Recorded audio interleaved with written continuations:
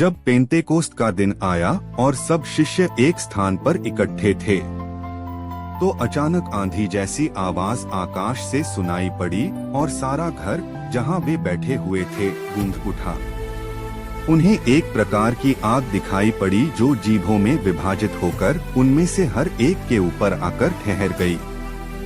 वे सब पवित्र आत्मा से परिपूर्ण हो गए और पवित्र आत्मा द्वारा प्रदत्त वरदान के अनुसार भिन्न भिन्न भाषाएं बोलने लगे।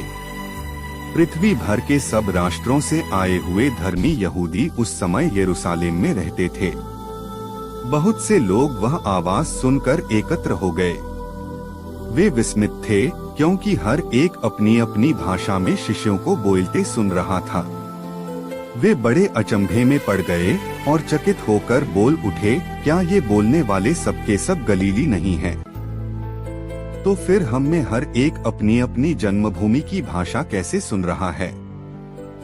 पार्थी, मेदी और एलामीती, मेसोपोटामिया, यहूदिया और कंपादुनिया, पोंतुस और एशिया, फ्रुगिया और पपफुलिया, मिस्र और कुरेने के निकटवर्ती लिबिया के निवासी, रोम के यहूदी तथा दीक्षार्थी प्रवासी, क्रेत और अरब के निवासी, हम सब अपनी अपनी भाषा में इन्हें ईश्वर के महान कार्यों का बखान करते सुन रहे हैं।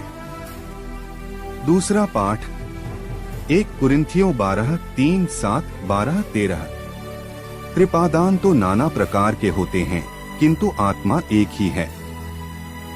सेवाएं तो नाना प्रकार की होती हैं, किंतु प्रभु एक ही हैं। प्रभावशाली कार्य तो नाना प्रकार के होते हैं, किंतु एक ही ईश्वर द्वारा सबों में सब कार्य संपन्न होते हैं। वह प्रत्येक को वरदान देता है, जिससे वह सबों के हित के लिए पवित्र आत्मा को प्रकट करे।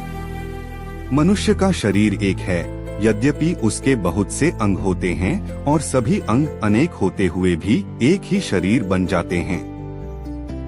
मसीह के विषय में भी यही बात है। हम यहूदी हो या यूनानी, दास हो या स्वतंत्र, हम सब के सब एक ही आत्मा का बपतिस्मा ग्रहण कर एक ही शरीर बन गए हैं।